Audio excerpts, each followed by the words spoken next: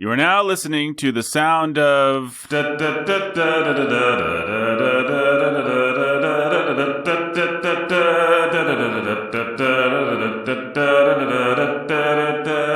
is that, Vivaldi? I don't know what that is. Yeah. It's... Maybe. I think that's Vivaldi. I Four think Seasons so. is what I was just doing. But Yeah. the point is, you are listening to a very hoity-toity episode of the Sanity, Sound of Sanity. So hoity-toity, I can't even remember the name of the show. Well, there's a reason I made that Freudian slip, folks, because this is a little segment we like to do on our show, as of now, called Sanity Shelf. Yeah, that's what it's called. Sanity Shelf. It's where we look on the bookshelves of the three guys on Sound of Sanity, and we see what we've been reading. I dare say we more look on the night tables of the three guys. We sneak into their bedrooms. We look on their night tables. We see what we've been reading. Basically, what I'm trying to say is this is an episode where we talk about what we've been reading lately. Wait, what are we talking about? Well, Jake, I'm glad you asked. This is a little segment called Sanity Shelf. Yes. And what do we talk about? We talk about books that we've been reading lately. Books that have been bringing a little sanity into our lives, and maybe they can bring some sanity into your lives, too. Thanks, so, Dr. Buckles. Listen along, and you might just learn a thing or two, folks. Maybe you'll pick up some suggestions for things you want to read, but you don't have to take my word for it. Dun-dun-dun. Hey, let's introduce our panel. We've got Nathan. I'm your humble and obedient host. We've got, oh boy, I'm blanking on his name. I'll get it for you. His name is Ben. His name is Ben Sulcer. Ben. You got it. Preacher who's a teacher of sanity. Preacher who's a teacher of sanity. And Ben, do you remember the name of the person who just introduced you? I do. It's Jake. He's the pastor who's a master of sanity. All right. The OG pastor on this show. The OG. Ben's more of a new G, but that's okay. That's right. That's okay. We take OG, we take NG, we take all kinds here. That's the Sound of Sanity guarantee. All right. Speaking of guarantees, I guaranteed people, as you guys may remember, that we would be talking about none other than our favorite books today. Our favorite books? Our favorite books? No, we'd be talking about... What we're going to do is take a journey onto the Sanity shelves and talk about what we've been reading lately. So, Ben, what have you been reading lately, my friend? Nathan, lately I've been reading this book on negotiation called Never Split the Difference by a guy named Chris Voss, who's a former FBI hostage negotiator. Pretty interesting book. You want me just to tell you some cool things about it, or are we going to all go around? And what's the format here? That's a great question. What do you guys think? Let's all introduce our books, and then we can talk about each one. All right. So have you been reading anything else that you wish to throw on the table today? I only came prepared to discuss one book, Nathan, but I've been reading Calvin's Institutes. It's awesome. But oh, yeah. Well, what is there to say? Yeah, I don't know. It's good. It's really good. Yeah. It's helpful. Me and my wife decided we were going to read that at our dinner table because that's how intellectually stimulating and awesome our household is. And I think we maybe did it once. All right. So, Jake, what book did you come prepared, or books? Well, if it's books, I think I'm literally reading 12 right now that I'm dabbling in. But the one that I have been spending the most time in lately, and that I don't know, was I supposed to come prepared to talk about it? Jake, you were born prepared to talk about this book. Right. Yeah. Was I? Yeah. Pretty sure your mom put headphones on with the Audible of this book playing, because Audible definitely existed back when you Audible were a baby. existed, and this book was totally written, and I'm 3 years old. Yep. Or 2 years old, or whatever it is. In utero. The book that I've been listening to quite a bit lately, I still have about 2 hours left of it, is called Breath by James Nestor. Breath by James Nestor. Wow, you guys are some interesting fellows. We got a book there. The subtitle is The New Science of a Lost Art. The New Science of a Lost Art. Pretty good subtitle. Yeah, this is going to give you a new window into Jake today, folks. Just like you'll get a new window into Ben's hardcore negotiating tactics. Or maybe it's a place where they both feel bad. Maybe Ben feels bad about negotiating and Jake feels bad about breathing. I don't know. We'll find out. Could be. I apparently feel bad about public speaking because I've been listening to Dale Carnegie's book on public speaking. I love Dale Carnegie books, and we will talk more about that. I've also been reading or listening to Nikolai Gogol's Dead Souls, but I think I'm going to stop because it's really boring, and it's like a Dickens book where you cut out all the parts with likable characters. It's like if you take every Dickens movie you've watched where some idiot is like some boorish guy is guzzling ale and taking bites of mutton and saying, "All right, Mrs. Tumbly, how much do you want for old Ebenezer's bed curtains?" If you take all those absolutely unpleasant and deplorable scenes from Dickens and you put them into one book that's just that scene over and over and over again, as this guy goes around and he's like, "Can I buy your dead souls? Well, first let me pick some mutton out of my teeth." That's Dead Souls by Nikolai Gogol. So stirring recommendation. I don't recommend it at all. I've also been reading a Stephen King book on my Kindle just to have something at night that words will go from a, albeit digital page, in my brain. I do so much listening. I just decided, you know what, Nathan, you should try and keep your mind limber and able to absorb directly from text to brain.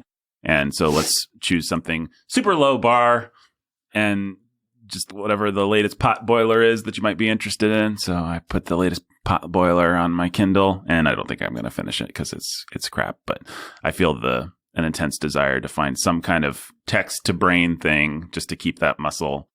Every once a year, I'll be like, "Oh shoot, I should not let that muscle atrophy," and then I'll read. I think the last time was literally, not metaphorically, middle bar.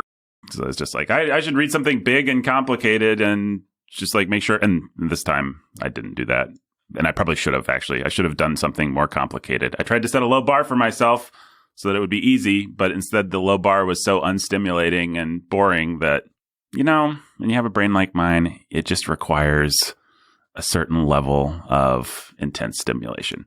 So, Ben, tell us all about the things you've learned from negotiating from this Chris Voss guy who I constantly, Facebook is showing me little clips of his masterclass and trying to get me to buy it. And he's mirroring. It's a thing. Mirroring. You can mirror. I'm like, okay. Yeah, well. Is that what it's like? Yep. Well, I haven't seen those clips, but sounds like things he talks about in his book. He's going to tell you all kinds of stuff about how to get what you want and how to. I mean, he's taking lessons from hostage negotiations, but it's stuff like how do you negotiate a lower price for a car at a car lot is what a lot of it comes to. But it's really cool and interesting because it's things that some people do naturally. For instance, the mirroring thing, that's a big deal, and I had already heard that in conflict resolution training, so to speak. I remember a weekend at a Christian conference sort of thing, and the man and the woman leading the thing role played the conflict and how to resolve it, active listening. You repeat back to someone else what they just said to you, and then that makes them feel heard because you're hearing them and you're repeating back what they say, and then the whole tone of the conflict comes down a notch, and that person's more open to you. And that's a useful thing. And mirroring is kind of like that, except it's shorter form. You repeat, the 1 to 3 most significant words of what someone else just said to you. Most significant words. Yeah. I mean, it's just like someone says something and maybe they're really angry. I want $1 million and a car, or these hostages are all going to die. And you say, "I'm sorry, you want $1 million and a car?" And you don't use sarcasm, you don't use aggression, you just indicate I'm polite and I'm open. I'm trying to understand what you want. And then they'll always expand back to you with different words. Yeah, and I want this and that, and you just can keep going like that. And so there's mirroring, there's open-ended questions, there's the open-ended question he starts the book with is when someone asks you for something terrible, like, "I want $1 million in a car, or I'll kill all 3 of my hostages." You say, "I'm sorry, how can I do that?" Except you don't just say that, but you say a form of that question. So, for instance, one of the lessons in this hostage book, which was really cool, was the FBI used to negotiate by saying, "Well, we can't give you that. Give us evidence that those 3 hostages are still alive. That one of them is still alive," and that leads to some interesting friction, and you're trying to get this evidence, and you're trying to kind of force them.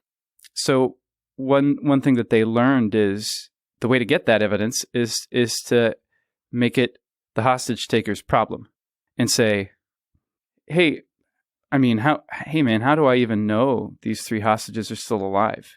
And then suddenly you're asking them, hey, could you help me solve my problem? Here's all the power. You have it all.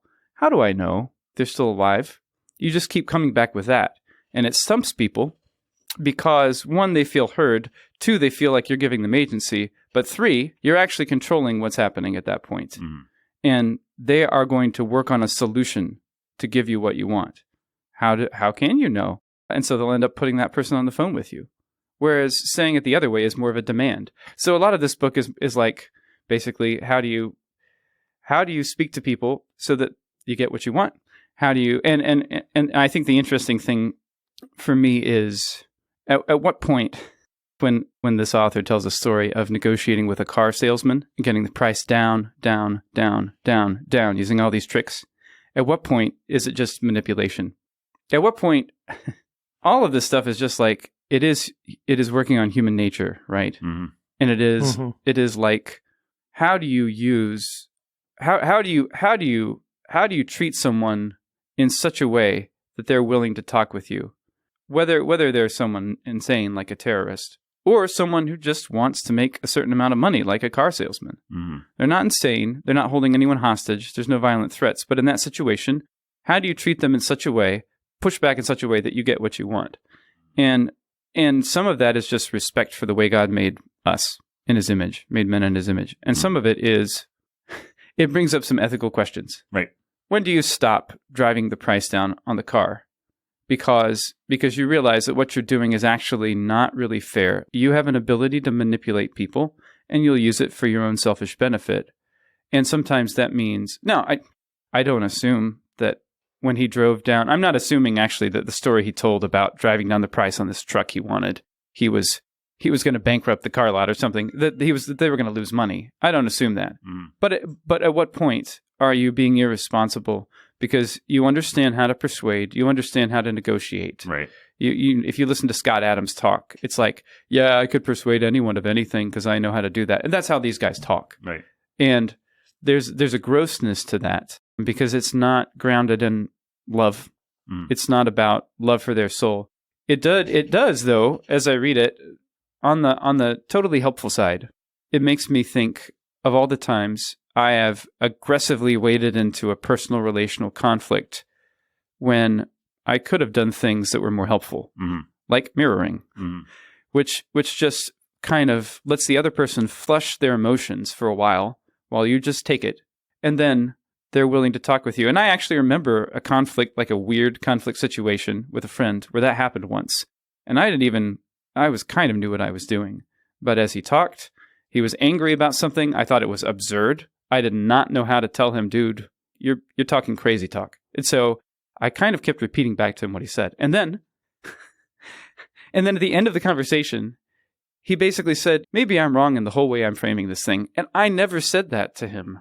And it was weird. It was like, I guess I just did that thing I read about once. and it kind of happened. The guy said it would happen when he negotiated with terrorists. It's like, you kind of let them empty themselves of what they want and the craziness, for lack of a better word, of what they're saying. And it's all this conflictual stuff, and you're being invited into it, like, have a fight with me. I'm angry and bitter.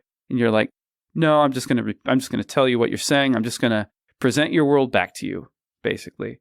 And then at the end of that, it's like they're spent. And suddenly they say something that's sane. Mm. And it was just weird. So I think there's a lot of useful and interesting stuff in the book. Overall, it makes me nervous. Chris Voss is not a Christian, but also more than it makes me nervous, I think it makes me want to know how to do conflict in a way that's useful. Mm-hmm. Yeah, I have a lot of mixed feelings about those kinds of things.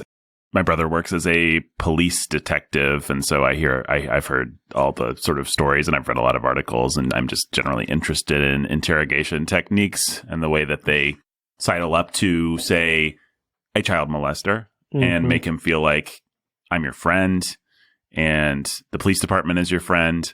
And look, we already know that you did this, but you could either be framed as a horrible monster, or you could give us the information you want, and then we could help people see and understand who you really are. I mean, that's basically police interrogation 101. We've already got you. Now help us help you. Help us help you. That's right. And especially with someone who's committed a slimy crime like that, it's help us help you set the narrative. I'm your friend. Mm-hmm. I understand that there's reasons why you were tempted to be a child molester. I mean, they wouldn't say it like this, but basically, I understand why there's all kinds of mitigating circumstances that make you the way you are. But in order to help the judge understand that and help the jury understand that, you need to tell us all about it. You need to tell us all about it. And meanwhile, the cops are disgusted with this human being and laughing. I mean, not that that's necessarily what they're doing, and that's necessarily what my brother did, but it's just the standard technique, and it gets results. It gets a lot of false positives as well, because you can paint somebody into a corner such that they actually remember things that didn't happen. There's all kinds of. It's such a powerful psychological technique. It can actually hypnotize people in a really destructive way. So I think that kind of stuff is really interesting. It also is frightening how potent, how malleable our brains can be. You want to believe, and we do believe as Christians, of course, that we are whole peoples with spirits. We're not just a bunch of molecules in a brain that can be programmed one way or another. But given that, people can have all kinds of influence over people, and it's just frightening. It's really scary. Yeah. Yep. Yeah, it is. And part of it is like, this can be used to help people, bring people down from a cliff. Right. And the other part of it is, no, I can just manipulate you until you take $40,000 off that truck. Right. Whether or not you really think that's a good idea. Well, and is the technique that I would use to bring you down from a cliff the same technique that I should use to help you have a better marriage? Or do you need to actually just work through things on a level playing field to get to your better marriage? In other words, there's ways you can program people even towards a helpful quote unquote end that doesn't help them actually grow as a person or deal with their sins or the things that they need to change. Right. Yeah. On the internal level. Right. Yeah, that's right. I mean, you can brainwash people into behavior modification. Right. Yeah. What I think is that behavior modification may still have positive outcomes. Right. But are you actually helping somebody? Well, and there's even an additional level of complication, because sometimes in a counseling situation or something like that, you start by brainwashing, and so that you can get them to a place of enough health where you can talk through the issues. I mean, that's not a good way to put it, but basically you need a little bit of behavior modification to even jumpstart the process. So yeah, it's deep waters. To some extent, you have to negotiate with people, especially if they're really angry or bitter. You have to. Some of these techniques are just like, let's get to a point where we can even talk, right? Even have a conversation. Otherwise, you're just going to spit at me and walk away, right? And that's the part that seems really useful. Yeah. It's kind of like, let's drain some poison here. Fine, I'll reflect your world back to you. You want to yell at me for 15 minutes? I can kind of handle that. If we can get to a place where we can actually talk, and then talk about the issues and talk about your sin and talk about whatever actually needs to be talked about. Right. But just using it to get a behavior modification result is not a Christian way of dealing with people. Well, and even as a pastor, as an elder, as a brother in Christ, there might be a time to say, I'm not going to let you drain your poison right now, actually. Yeah. Right. We just need to let it fester, because that's the best way to bring whatever's to actual godliness, leave room for the Spirit to work. Or to simply stand for the truth. You know what? I'm actually not interested in helping you right now. I'm interested in what God's truth and what needs to happen here. I'm interested in righteousness, and that's bigger than you draining your poison or keeping your poison. Yep. So, interesting book. Yeah. There we go. I thought about doing Voss's masterclass because I have a masterclass subscription. But I probably won't, because I just feel I'm glad for anyone who's interested in it and to be interested in it. Like, I don't know. But I feel queasy about. Yeah, same. That's why I haven't done it. Yeah. It's like, I feel I feel capable of being overwhelmed by those frames and suddenly seeing negotiation everywhere, and being paralyzed. Being paralyzed between. I see getting to the end of it and feeling the power to become an absolute monster. Power. Exactly. Yeah. And then being handicapped in my ability to actually be helpful to people because I see all of the tactics. Right. And I'm not simply trying to help somebody and trusting God's spirit to work. Right. Which isn't to say someone else couldn't read the book and benefit from it, or that I think Ben shouldn't be reading it or anything like that. Well, it is significant to me that I started this book like 2 years ago. I haven't picked it up in a year. Mm-hmm. There's a reason for that. And the reason is the discomfort of like, what is this exactly? How do I You haven't evaluate picked it up in a year, but that's your nightstand book you brought to the table? It was one that I think I picked it up yesterday before we talked about doing this episode and looked at it again or something. Okay. I can't remember exactly. It's still been on my shelf, which is my way of keeping it in my mind as a thing that interests me, because it does. Mm-hmm. I don't know. Just one that I wanted to talk about more than anything. Yeah, well, it's really interesting stuff. Yeah. I just don't like feeling that kind of... I remember the first time in my life that a girl really responded to me as a teenager, responded to what essentially was my emotional manipulation, but I wasn't framing it that way. Mm-hmm. But I was being very emotionally charming and interesting and interested in her and all that kind of stuff that you do to get a girl. And suddenly she was head over heels in love with me. And I was just like, oh man, I think of myself as such a loser. Like, why would any girl be interested in me? And in point of fact, I am a loser and no girl should be interested in me. But I have this power. I can find girls, the right kind of girl, and just make her interested in me. And that's not a power that I want. I feel like when I finish this book, I want to have an actual episode talk about Scott Adams and his hypnotism. Maybe, I don't know. Scott Adams is really very arrogant about. He's like, if I wanted to be president, I could be president. No, all those guys are, and it's really gross. It's really gross and creepy. Well, the arrogance is part of their brand. It's part of their.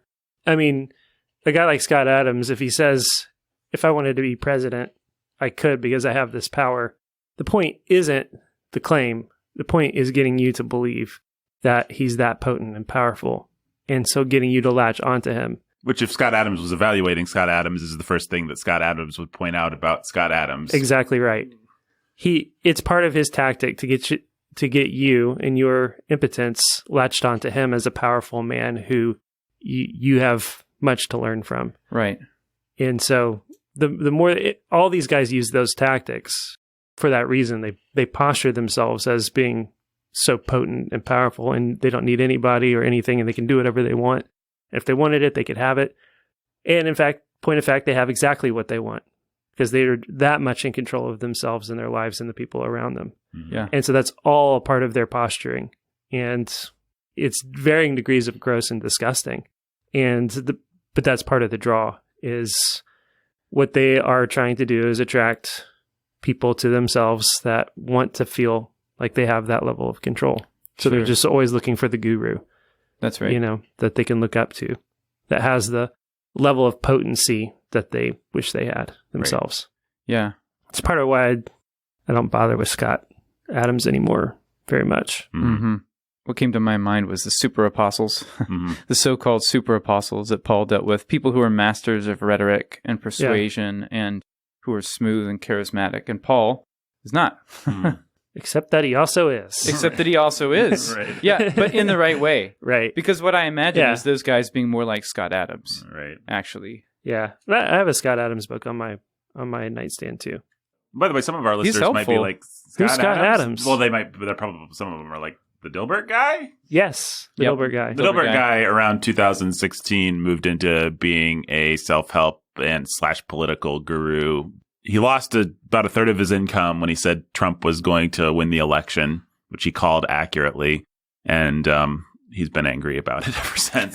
But he's leveraged that anger into a massive online following. Sort of a cult as a independent thinker and as a... Yeah, and that's how he postures himself, as a basically liberal person, but a free thinker. So because of that, he has a large conservative following, and he just tries to posture himself as the most credible man on the internet. the person who's going to evaluate absolutely everything without bias and just sort of, matter-of-factly and going to pose some thought experiments and some questions. And, well, if you wanted to do this, how would you do it? Well, it would look kind of like what it looks now. So, maybe that's a manipulation tactic. And actually this, he's just going to be that kind of guy. Yeah. Yeah. And he's going to be as cold as possible so that you get the sense that he's using nothing but cold, rational logic, while at the same time telling you that no one is ever persuaded by cold, rational logic. And that we're not logical creatures. Yeah. And using that sense of his own potency and his own rationality to get you to just listen to what he has to say and adopt his perspective or point of view. Yeah. I mean, he's also a professional humorist, which means he can make all that stuff go down a lot better than the average guru in my mind. Yeah. I'm not just annoyed the second I look at him, which is true of some of the guys in the quote unquote independent journalism or independent thinking. Is just like, oh man, this guy's obnoxious. Yeah. But Scott Adams is just a dweeby little funny guy. So his macho posturing is pretty effective. Yeah. Yeah. I prefer actually to listen to people that set me on edge to start with, whose posturing. Because you're always on guard. Great. Yeah, because I just have at least one fist up or one eyebrow raised at all times. Where with Scott Adams, it's super easy to just be lulled in. Yeah. Mm-hmm. And to not, and just, I just always adopt Scott's, general, even toned, nothing matters. There's nothing at stake. I can think about this rationally posture, and there's nothing gross about the way he approaches it. So there's nothing gross about the way I approach it. And then you get kind of sucked into this sort of like latent, nothing matters. And I can just, I don't know. That's the kind of grossness I want to stay away from, actually.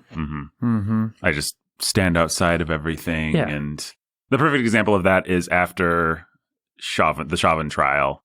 Scott Adams was just like so above it all. So, deliciously pragmatic about, well, of course the jury had to make that decision because that's the country that we live in. And I don't remember all of his points, but he did not. What I like about him is when he gets morally indignant, it's a lot of fun because he is a human being who has a moral sense. His moral sense is actually pretty good when he lets it be. And so sometimes he'll just get mad. And that's usually when he starts saying a bunch of bad words, but he's often at his best around those times because he's the Dilbert guy, right? He'll point out a hypocrisy. Yeah, he hates hypocrisy, and he's nobody's better as far as our old pastor would say, a bird dog. He just is relentless in destroying hypocrisy, and that can be a lot of fun. Yeah, it can be fun. The problem for me, even when he does that, is I never know if he's just. I don't trust that anything he does is sincere. It's not. Even his bouts of righteous anger, I think they're kind of they may just as well be put on as anything else and part of the show. And I think they are, because the next day or the next week he'll be talking about those same issues, and he'll be taking the opposite side or just being sort of laissez-faire about it. And they almost also seem timed, right? Like in a calculated. Anytime he's afraid he's going to lose his conservative audience, he'll have a righteous anger rant. And they just seem super calculated, everything about it. I listened to Scott Adams, not daily, but almost daily for just a period of maybe 6 months. That was enough, He has any number of frames that are helpful. And he's helpful to go back to, especially when there's something that you just don't know how to think about. Yeah. Or just need a kickstart in thinking about, Yeah. Yeah, anytime there's something like the Robin Hood thing or something like that, where you're just like, this is such a complicated political thing. I'm not sure. I'm not. And it's so divisive, and there's so much punditry on either side. I just need somebody to kind of cut through it and give me some place to start thinking about it. Yeah, and that's exactly where he's super helpful. He's very helpful on those kinds and of that's things. really the niche that he's carved for himself. Right. Yeah, and I appreciate that. I do appreciate that, and I appreciate. I don't trust anybody on either side, and it feels too complicated and above my pay grade. That's what Scott Adams exists to live to do. He exists to live exactly in that tension, specifically at the point of politics. Right. Yeah, and I can't hear that from an alpha. I need an alpha beta. So I'm thankful that that's what Scott Adams is. 'Cause, like, I just couldn't handle it if he was too one of these really red pilly kind of guys. Well, guys, we haven't finished Sanity Shelf, but we've gone over our allotted time. So I think we're going to have to make Sanity Shelf into a 2-parter. Cool. Maybe we'll make it a 3-parter. Yeah. Awesome. Yeah, this could be great. All right. We'll be back next week with more of your favorite segment on the show. Once again, it's the segment where we go to everyone's shelves and we look at the books that they've been reading on their night tables. And the segment is called Sanity Shelves because we only keep sane things on our shelves. All right. Do we, though? Like dust. Yeah. And precious moments figurines. Yep. Dust and precious moments. And empty beer bottles. Empty beer bottles. All right, folks, go to patreon.com/Sound of Sanity to support this show, to get great behind the scenes content and extra bonus stuff, and for us to tell you exactly how to think, because we do even more of that over there. And so if you just need someone to hypnotize you into thinking the right thing so you never have to think for yourself, patreon.com/Sound of Sanity. Until next time. Stay sane.